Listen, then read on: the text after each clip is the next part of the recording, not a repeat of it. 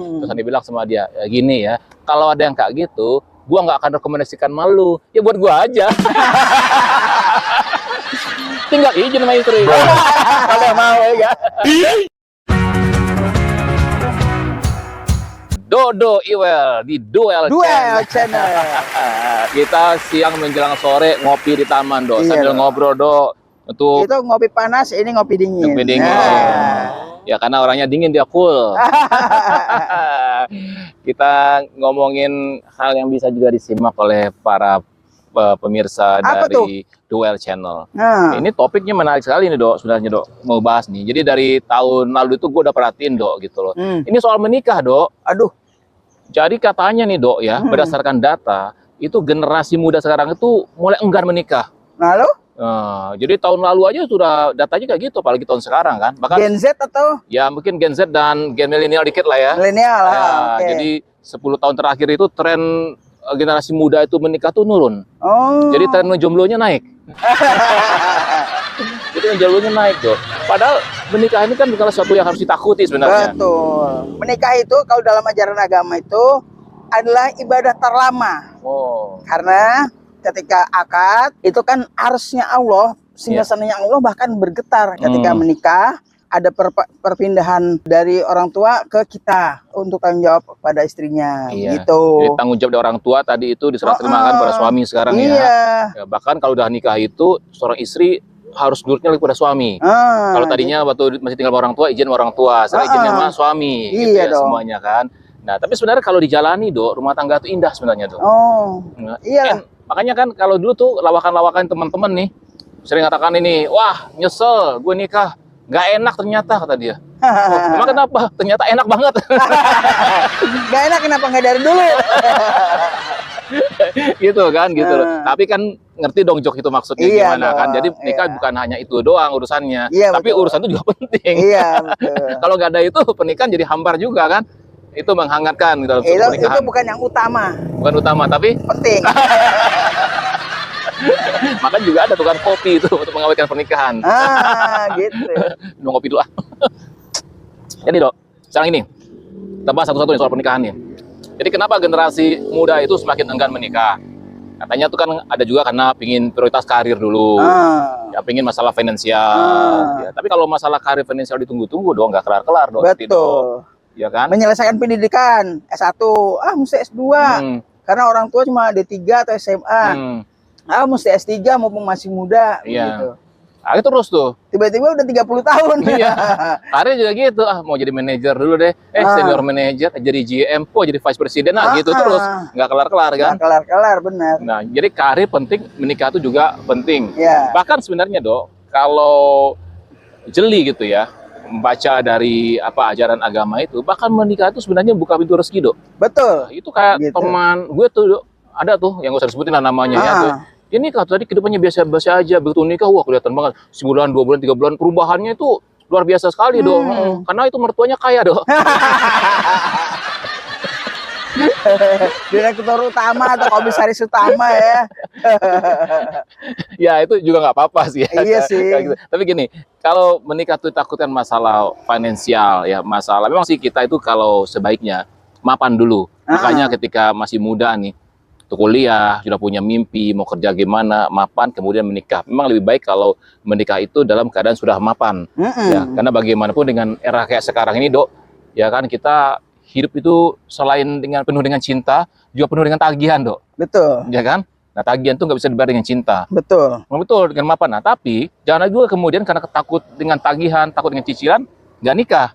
Nah, itu bisa dibicarakan dari awal tuh, Dok. Betul. Jadi dari awal, konsep rumah tangga itu seperti apa dengan calon pasangan. Itu bisa dijelaskan seperti apa gitu ya. Nah, kalau seandainya kondisinya memang masih merintis, ya diaturlah keuangan yang merintis juga. Jangan terpengaruh oleh kehidupan di media sosial, ya akhirnya kemudian besar pasak daripada tiang, kayak gitu ya. Iya betul. Emang harus dipikirkan untuk pekerjaan. Kita nggak bisa makan dengan cinta, karena kebanyakan orang pengennya curious, nggak pengen cinta. Pengennya curious mbak, transfer gitu. Kalau dulu mutusin nikah gimana tuh? Dulu mutusin nikah karena ya pertama ya udah pertama ya dapet, udah ada yang cocok. Kedua, umur juga udah mulai beranjak sepuh. Beranjak dewasa. Nah, kemudian ketiga, pekerjaan ada meskipun baru merintis gitu. Sama gue juga, Dok, waktu nikah itu malah mulainya dari 0,0 loh.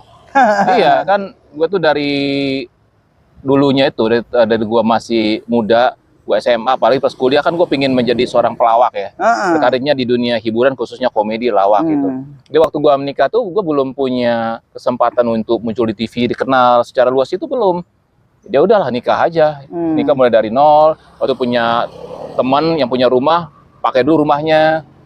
Akhirnya kemudian menikah, itu gue berasa banget. Nikah itu akhirnya terbuka kesempatan untuk punya acara di televisi, kontrak TV yang panjang, kegiatan-kegiatan off air, ya sampai akhirnya bisa lah kehidupannya itu lebih baik gitu. Iya, itu betul. Sejak menikah. Karena apa? Karena kalau menikah pun kita kan menjadi lebih semangat tuh. Betul. Kerja ya. Kalau seringnya jomblo, mungkin apalagi masih di rumah orang tua, ya kalau pas lagi susah-susah ya tinggal tarik selimut, tidur lagi.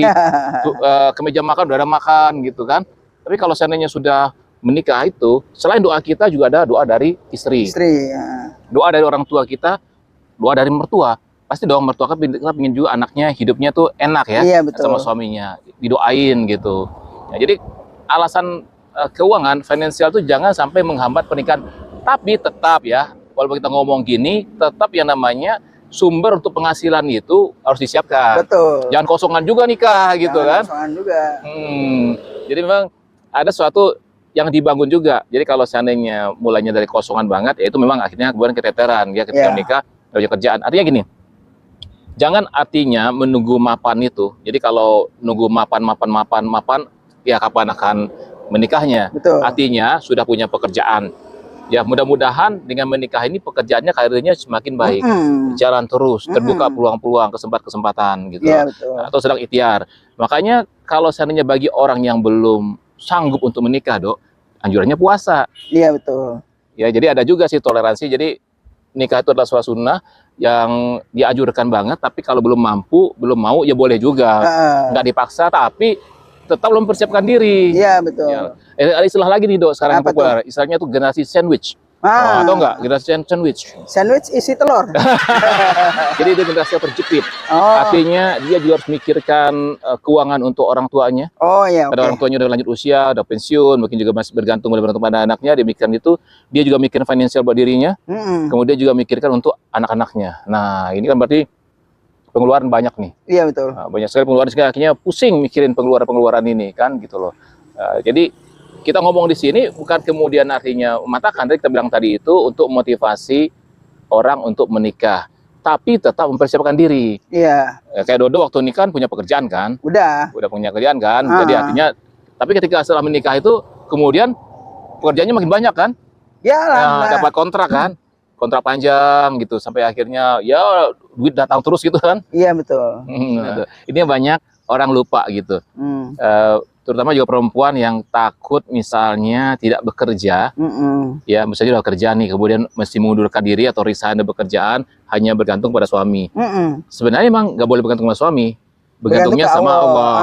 Suami perantara. Jadi artinya gini, kalau seandainya gaji suaminya 5 juta, istrinya 5 juta, digabung jadi 10 juta kan, akhirnya ini mengundurkan diri nih, Dok.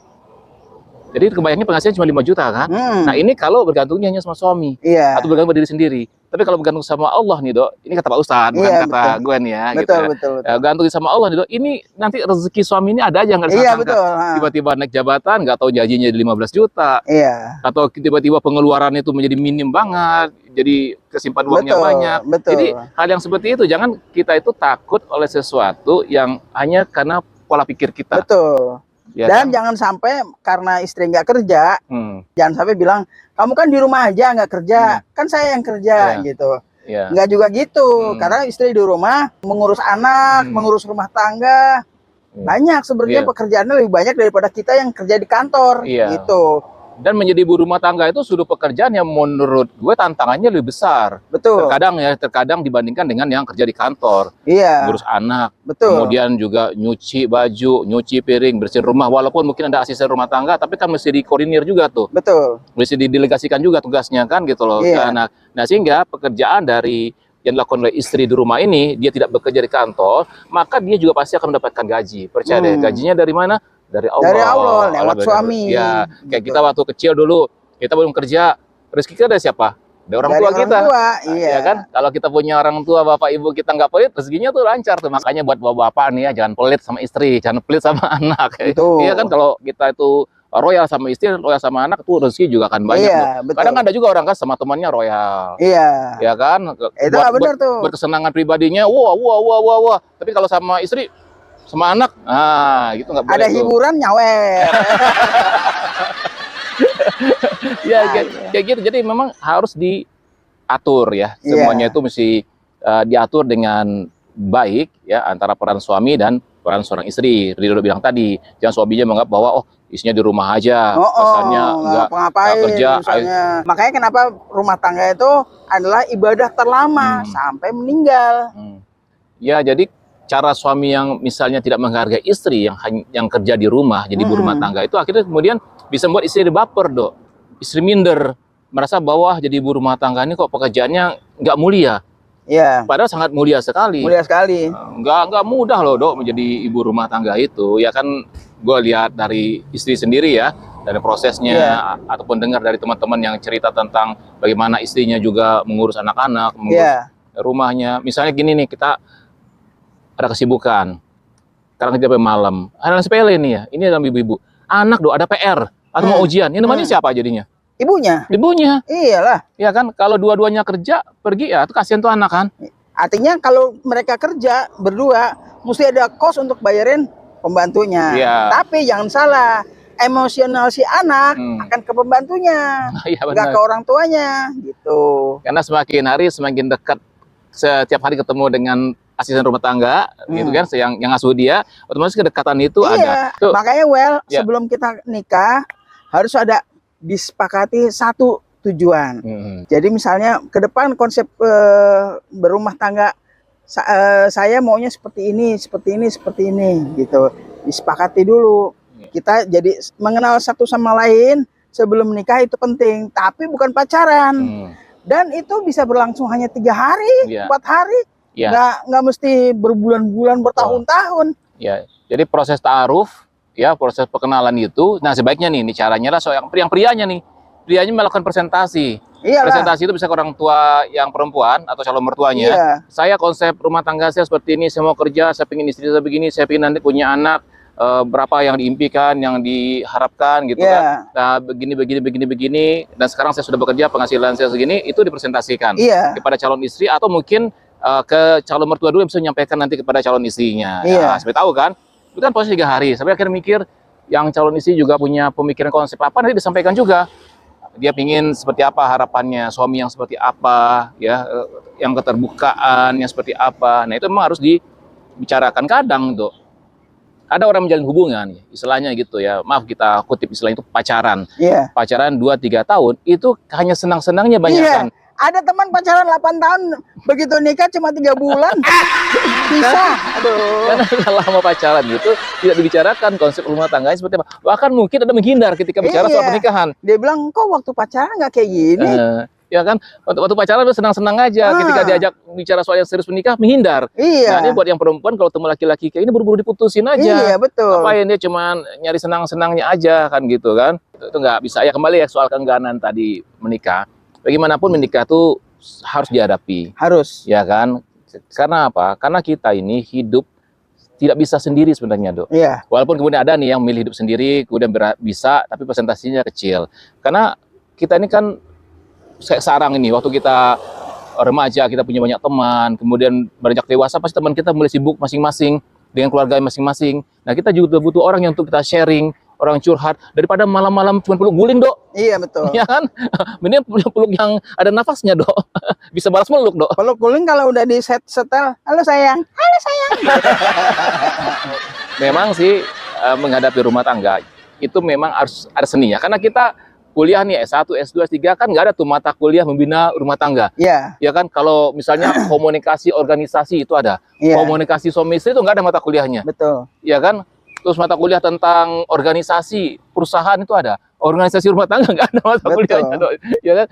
Walaupun sekarang tuh suka ada itu ustadz, ustazah juga bikin kelas untuk mereka yang akan menikah. Tapi kan bentuknya kursus ya. Iya. Nah, tapi memang menikah itu banyaknya kita tuh learning by doing, sambil jalan. Dan biasanya orang itu menduplikasi orang tuanya. Nah, jadi gini juga nih, maka orang tua harus berikan contoh yang baik kepada anak-anak kita. Betul. Misalnya kalau seorang bapak yang suka main pukul sama istrinya, kasar ngomong sama istrinya, menang anaknya, nanti anaknya yang perempuan juga berpikir laki-laki kayak gitu. Iya, betul. Dia menjadi takut ya sama laki-laki gitu. Misalnya kalau ada anak laki-laki melihat bapaknya sering domelin ibunya. istri bapaknya ngomel mulu gitu ya. Anaknya mencontoh. Anaknya nanti pikir yang laki ini, waduh, nanti kalau menikah domelin mulu sama istri.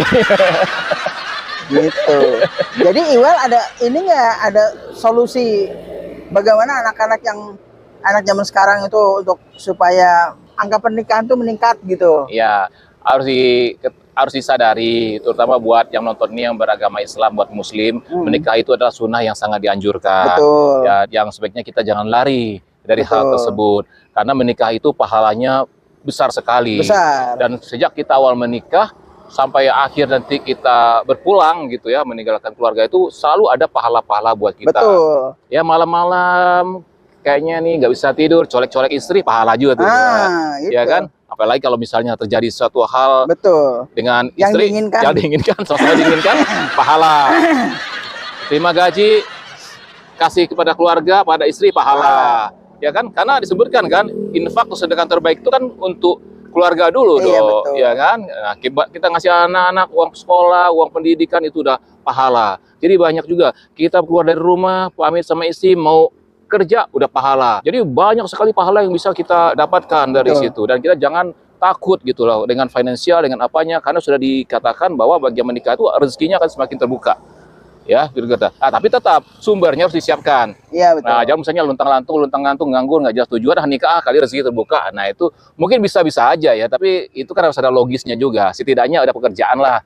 Ya, pekerjaannya apakah mungkin di kantor masih karyawan kecil gitu do ya, atau mungkin buka usaha jualan kopi keliling gitu. Ya bisa loh, setelah menikah jual kopi keliling, nggak sangka-sangka ketemu orang senang sama dia do. Kata, kamu kayaknya liatin serius banget kerja itu. Mau nggak buka toko kopi misalnya? Bisa, banyak kejadian-kejadian seperti itu. Keberuntungan-keberuntungan seperti itu kan. Nah, jadi mungkin juga perlu nggak sih peran serta orang tua untuk dalam perjodohan atau dalam memotivasi anak untuk menikah atau apa gitu? Ya, kalau gua kan sekarang anak gua kan satu kuliah, masih SMA ya. Kalau sih udah sih gua kasih kepada mereka sedikit-sedikit soal masalah rumah tangga. Ya kan, juga mengutip apa yang disampaikan dalam agama. Kita tuh mencari istri seperti apa. Boleh kita mencari istri yang kaya, boleh istri yang keturunannya, boleh dari istri yang karena kecantikannya. Tapi yang utama tentu yang soleha. Kalau suami yang soleh. Nah, tapi tetap cari yang soleh, yang soleha, yang juga serap di hati. Ya, ada teman waktu itu kan, dia mau nikah tuh, masih jomblo. Terus aneh tanya tuh kan sama dia tuh. Jadi syarat istri ente tuh kayak gimana? Maunya bang nih yang soleha bang, oh bagus dong. Yang pendidikannya baik bang, oh bagus dong. Gitu. Tapi bisa masak bang, jadi biar saya tuh kangen tuh pulang ke rumah masakan istri, oh bagus dong. Gitu. Bisa cantik bang, jadi biar saya tuh kalau di luar gak jelalatan lagi lihat perempuan yang cantik, oh bagus dong. Nah kalau bisa bang tuh dari keluarga yang baik-baik, misalnya juga dari keluarga yang terpandang lah, yang punya penghasilan lah, yang punya ya kaya, maksudnya iya yang kaya. Jadi supaya nanti bang dia nggak kaget kalau seandainya kemana-mana saya aja gitu. Terus dia bilang sama dia, ya, gini ya, kalau ada yang kayak gitu, gua nggak akan rekomendasikan malu, ya buat gua aja. Tinggal izin sama istri. Kalau mau ya. Jadi gitu loh. Itu adalah kita mempersiapkan diri, ya kan. Kita jangan takut. Apalagi kalau seandainya alasan mengadang-adang nggak nikah. Nah, nanti kita akan bahas lagi, Dok. Pertemuan berikut lah, kita akan bisa sering ketemu nih, bagaimana menghadapi problem rumah tangga, komunikasi dalam rumah tangga. Ini udah cukup panjang ya, kayaknya para jomblo udah paham nih ya. Paham nggak para jomblo nih? Mudah-mudahan paham ya. Udah paham nih, Dok. Ya udah kalau gitu kita pamit dulu ya, Dok ya. Siap. Sampai ketemu lagi nanti di topik berikutnya di channel Duel Dodo Iwel. Assalamualaikum warahmatullahi wabarakatuh.